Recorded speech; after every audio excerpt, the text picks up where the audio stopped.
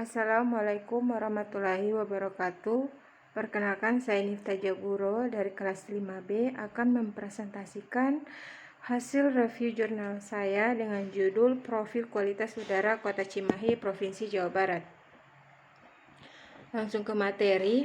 Udara merupakan komponen esensial bagi kehidupan baik manusia maupun makhluk hidup lainnya. Udara merupakan campuran dari gas yang terdiri dari sekitar 78% nitrogen, 20% oksigen, 0,9% argon, 0,3% karbon dioksida, dan sisanya terdiri dari neon, helium, metan, dan hidrogen. Udara dikatakan normal dan dapat mendukung kehidupan manusia apabila komposisinya seperti tersebut di atas. Udara yang sudah tercemar apabila terjadi penambahan gas-gas lain yang menimbulkan gangguan serta perubahan komposisi tersebut. Baku mutu udara yang berlaku di negara Republik Indonesia yaitu Peraturan Pemerintah Nomor 41/1999 tentang PPU. Parameter yang diatur dalam peraturan pemerintah tersebut yaitu sulfur dioksida, karbon dioksida, nitrogen dioksida, ozon, hidrokarbon, partikulat matter 10 PM atau PM10, dan partikulat matter 2,5, total suspended particulate atau TSP, dan PB. Parameter kebauan yang dianalisis yaitu hidrogen sulfida dan amonia dengan baku mutu berdasarkan keputusan Menteri Negara Lingkungan Hidup atau Kepmen LH nomor 50 tahun 1996 tentang kebauan. Metode penelitian. Untuk mendapatkan hasil pengukuran yang valid atau yang representatif, maka mulai dari pengambilan contoh udara atau sampling sampai dengan analisis di laboratorium harus menggunakan peralatan, prosedur dan operator atau teknisi laboran, analisis, dan bahan kimia yang dapat dipertanggungjawabkan.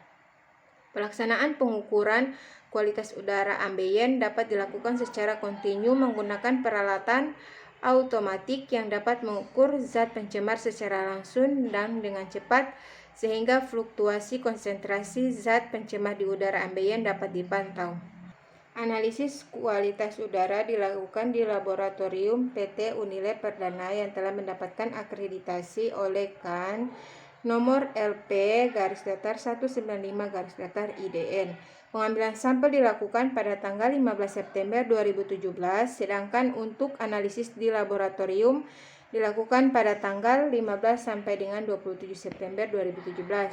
Waktu pengukuran bervariasi yaitu untuk 24 jam untuk parameter SO2, CO2, NO2, O3, HC, PM10, PM2,5, dan PB. Pengukuran 1 jam dilakukan untuk parameter O3, NH3, dan H2S. Sisanya yaitu HC dilakukan pengukuran 1 jam. Parameter kebauan yang diperiksa yaitu H2S dan EH3 dibandingkan dengan baku mutu berdasarkan Kepmen LH nomor 50/1996 tentang baku mutu tingkat kebauan. Pengambilan sampel kualitas udara dilakukan secara in-site atau langsung di lapangan. Pengukuran dilakukan di 8 lokasi yang dipilih berdasarkan sumber pencemar udara. Ini lokasi pengukuran. Yang pertama ada di alun-alun Kota Cimahi, mewakili daerah dengan lalu lintas yang padat. Kemudian di titik yang kedua ada di Jalan Industri 4 dengan mewakili daerah industri. Titik yang ketiga di pusat perkantoran pemerintahan Kota Cimahi, mewakili daerah perkantoran. Yang keempat ada perumahan Fajar Raya, mewakili daerah pemukiman. Yang kelima di Jalan Pesantren, mewakili daerah dengan lalu lintas yang padat. Yang keenam ada Terminal Pasar Antri, mewakili daerah dengan lalu lintas yang padat. Yang ketujuh ada Kelurahan Utama RW 9, mewakili daerah pemukiman. Dan yang terakhir di lokasi bekas TPA Leuwigajah dengan lokasi bekas TPA Leuwigajah. Masuk ke hasil dan pembahasan.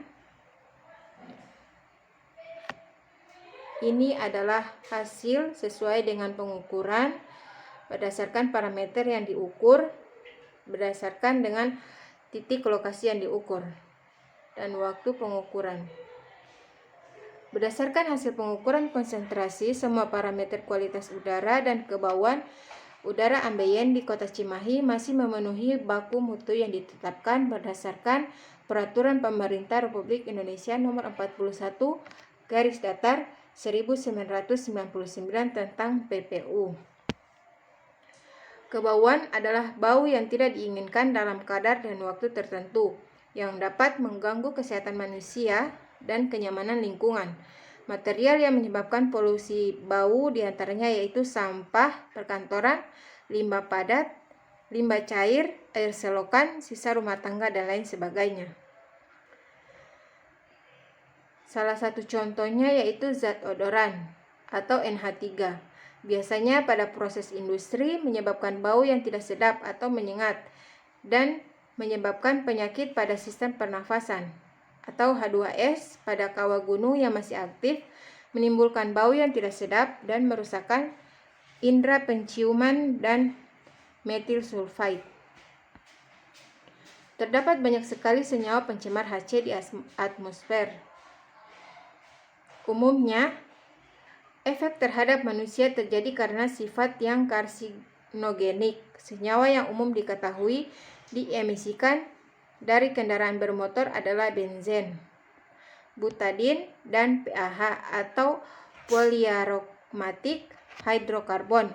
Paparan terhadap senyawa HC seperti benzena memiliki dampak serius terhadap kesehatan. Menghirupnya dalam jumlah yang banyak dan terus-menerus dapat menyebabkan kematian. Sementara gejala ringan yang ditimbulkan adalah mengantuk, pusing, dan sakit kepala. Kemudian ada dampak terhadap manusia. Berdasarkan data dari DIK-PLHD Kota Cimahi tahun 2018, bahwa jumlah penderita 10 besar penyakit yang di kota ini yaitu sebanyak 147.840 jiwa. 3 penyakit yang paling banyak diderita adalah infeksi saluran pernapasan akut atau ISPA. Menempati posisi tertinggi sebesar 22%, diikuti oleh nasofaringitis akut sebesar 17% dan faringitis akut sebesar 14%. Penyakit lainnya meliputi hipertensi primer sebesar 9%, mialgia 8%, pulpa dan dispepsia 7%, diare, dermatitis, dan penyakit gusi. Masing-masing 5% seperti disajikan pada gambar 3. Dengan tingginya angka penyakit yang berhubungan dengan pernafasan diprediksi berasal dari kualitas udara yang buruk. Kemudian ada pencegahannya. Berbagai program pencegahan dan penanggulangan pencemaran udara telah dilakukan oleh pemerintah. Misalnya program Langit Biru yang dimulai tahun 1996 dengan kegiatan seperti pemantauan gas pencemar dengan menentukan nilai ISPU, menentukan tingkat kualitas udara, dan mengukur kualitas udara pada kejadian bencana. Perlindungan mutu udara didasarkan pada baku mutu udara ambeien, status mutu ambeien, baku mutu emisi, ambang batas emisi gas buang, baku tingkat gangguan, ambang batas kebisingan, dan ISPU. Kemudian yang terakhir ada pengendalian pencemaran udara dengan pencegahan pencemaran udara, penerapan baku mutu udara ambeien, larangan pembakaran sampah, pemulihan mutu udara, penataan baku mutu udara ambeien, emisi dan tingkat gangguan oleh industri atau sumber yang tidak bergerak, pemeriksaan emisi dan tingkat kebisingan kendaraan bermotor, penanggulangan pencemaran udara, pengembangan ruang terbuka hijau, dan hari bebas kendaraan bermotor. Sekian pemaparan dari saya. Apabila ada salah kata, mohon dimaklumi. Wassalamualaikum warahmatullahi wabarakatuh.